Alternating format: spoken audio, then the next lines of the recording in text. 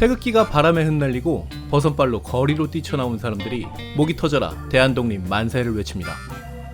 생각만 해도 가슴이 뭉클해지는 그 광복의 순간, 그 시대를 살던 모든 사람들에게 독립은 같은 의미였을까요? 나라의 독립보다 먹고 사는 일이 더 중요했던 미스터 방의 이야기 시작합니다.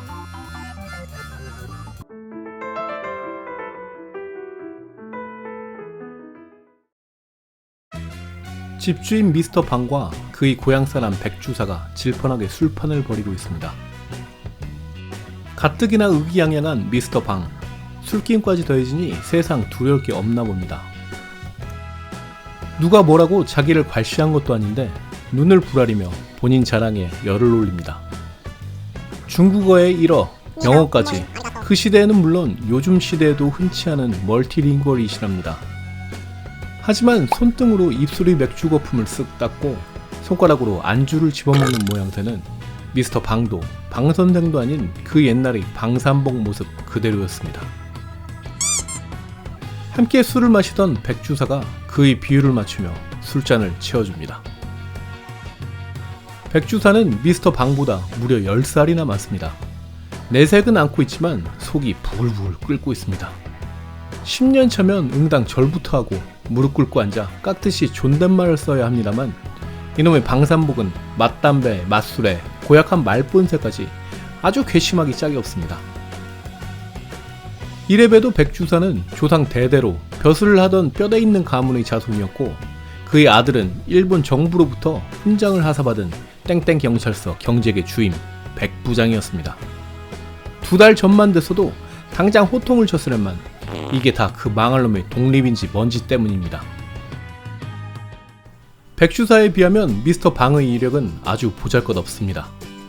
미스터 방은 집신장수로 유명했던 방첨지의 코삐뚤이 아들이었습니다. 방산복이었던 시절의 미스터 방은 먹고 자고 자식 새끼 만드는 것밖에 할 줄 모르던 무식한 농사꾼이었습니다. 그러다가 갑자기 일본으로 돈벌이를 간다 하더니 또 중국 상해로 수년간을 떠돌다가 불쑥 고향으로 돌아와 한동안 그렇게 놀고 먹습니다. 그리고 먼 바람이 불었는지 처자식 죄다 이끌고 서울 용산으로 올라가 포로 수용소에 다니면서 입에 겨우 풀칠을 합니다. 덕분에 상해에서 익힌 영어는 쬐금 늘게 되지만 결국 그만두고 헝구들을 고쳐주는 신기루 장수로 살게 됩니다.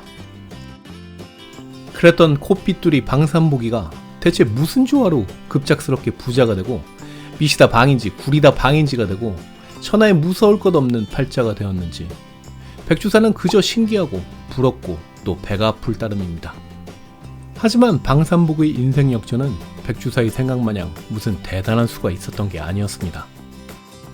그저 일찍이 익혀둔 영어 몇 마디가 시대를 잘 만난 덕이었습니다. 1945년 8월 15일 방산복의 인생 역전은 우리 모두가 알고 있는 바로 그 역사적인 날에 시작되었습니다. 이날도 신기루 장수 방산복은 종로 공원 건너편에 앉아 구두징을 받고 있었습니다. 거리로 쏟아져 나온 사람들은 서로 부둥켜 안고 울며 불며 해방의 기쁨을 만끽하고 있었으나 산복에게는 그 모든 것들이 그저 시끄럽고 성가실 뿐이었습니다. 다들 만세 부른다고 미쳐 날뛰느라 손님이 부쩍 줄었기 때문입니다. 우라지, 독립이 배부른가? 방산복은 되려 반감이 샘솟기 시작합니다. 그럭저럭 9월이 되자 일본군이 물러간 서울 거리에는 미국 병정들로 그득합니다. 그 미국 병정들이 거리를 구경 다니며 물건을 사려고 할 때 상인들과 말이 안 통해 답답해하는 모습을 보고 산복은 이거다 싶었습니다. 산복은 마누라를 시켜 집안 온갖 것들을 팔아 양복과 모자를 삽니다. 그리고는 멀끔히 차려입고 집을 나서는데 여자 만나러 가냐며 마누라가 바가지를 긁기 시작합니다. 그런 마누라를 단숨에 갈겨 넘어뜨리고 당당히 집을 나서는 방산복입니다. 산복은 종로 거리를 걸으면서 맘씨 좋아 보이는 생김새, 장교쯤 가는 인물을 물색하기 시작합니다. 얼마 되지 않아 청년회관 앞에서 담뱃대를 사려 하는 미군 장교를 보게 됩니다. 그는 How much 하며 묻고 있었지만 담뱃대 장수 영감은 30원이라는 소리만 반복하고 있었습니다. 이때 기회를 포착한 방산복 나즈마키 31이라고 말해줍니다.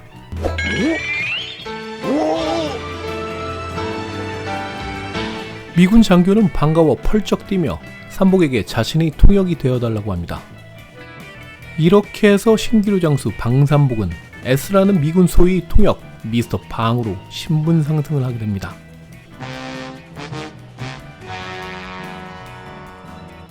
이때부터 미스터 방은 S 소위에게 조선을 소개하는 공로를 세우게 됩니다. 낮이면 거리 구경, 밤이면 술과 여자, 조선에 대한 모든 것들을 방산복스럽게 알려줍니다. 한 예로 경회루를 설명하는데 King drink wine and dance and sing with dancer. 라고 통역을 하고, 조선 여자들이 양장을 선호하는 이유는 서양 사람한테 시집가고 싶어서 그런 거라고 합니다. 그 밖에도 그림, 소설, 문화 전반에 걸쳐 조선을 탈탈 털어줍니다. 그 공로에 걸맞게 미스터 방도 승승장구하게 됩니다. 통역이 된 지 단 사흘 만에 정원, 연못이 딸린 지금의 집으로 이사 오게 되고, 온갖 인물들이 그에게 청탁을 하며 뇌물을 갖다 바칩니다. 이렇게 해서 지금의 미스터 방이 탄생하게 된 것입니다. 안주가 새로 나오자 백주사는 벼르고 있던 이야기를 시작합니다. 백주사의 아들 백선봉은 순사 임명장을 받은 순간부터 근 7년 동안 엄청난 재물을 모았습니다. 남들 배부를 때 매끼 고기 반찬을 즐겼고, 모아둔 폐물, 비단, 토지까지 그의 부는 실로 어마어마했습니다. 하지만 8월 15일 그날 밤 군중들이 습격으로 백선봉은 모든 걸 다 날리고 겨우 목숨만 부지한 채 백주사가 있는 본가로 도망쳐 왔습니다. 백주사 역시 자식 덕에 산 토지를 가지고 동네 사람들한테는 거만하게 굴고 소작인들에겐 고리대금업을 하고 있었습니다. 백선봉이 도망쳐온 그날 밤 백주사의 집 역시 사람들이 습격을 받게 됩니다. 덕분에 가족들 모두 죽을 만큼 두들겨 먹고 뿔뿔이 흩어져 백주사는 서울로 간신히 피신하게 되었습니다. 백주사는 홀로 서울거리를 쏘다니면서 어떻게 해야 빼앗긴 재산들을 다 찾을 수 있을까 궁리를 하던 차에 차를 타고 지나가던 미스터 방과 재하게 된 것입니다. 번듯한 차림새, 식모에 하인까지 부리는 신수가 훤히 트인 방산복을 보니 한순간에 거짓골이 된 자신의 신세가 더욱 초라하게 느껴졌습니다. 개구리 올챙이적 생각 못하고 무함하게 구는 방산복이 괘씸했지만 호환이 큰 세도를 부리고 있는 게 분명했고, 잘만 하면 그 힘을 빌려 분풀이도 하고 빼앗긴 재물도 도로 찾을 수 있을 것만 같았습니다. 백주사는 자신의 긴 이야기를 끝마치며 내 재산 뺏어간 괴수놈들 아작내고 그들에게서 빼앗긴 것을 모두 되찾게만 해준다면 내 재산의 절반을 나누어 주겠노라고 약속합니다. 이에 미스터 방은 선뜻 도와주겠다고 합니다. 지금이라도 자신이 입만 뗐다면 기관총 둘러맨 MP가 100명이고 1000명이고 우르르 내려가 쑥대밭을 만들어 놓을 거라며 호언장담을 합니다. 백주사는 복수하는 장면을 떠올리며 미스터 방의 손목을 덥석 잡습니다. 미스터 방은 냉수 한 모금 물고 꿀쩍꿀쩍 양치를 하기 시작합니다. 미스터 방이 된 뒤로 새로 생긴 술버릇입니다. 양치한 물을 처치하려고 휘휘 둘러보다 노대 아래로 아낌없이 쫙 내뱉는 그 순간 마침 그를 찾으러 온 S 소위 헬로하는 얼굴에 걸쭉한 양침물이 쏟아집니다.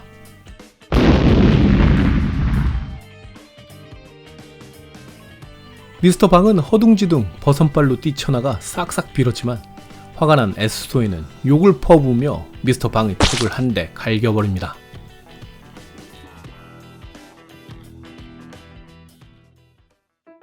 일본에부터 제 배를 채웠던 백주사와 미국에부터 권세를 누렸던 미스터 방.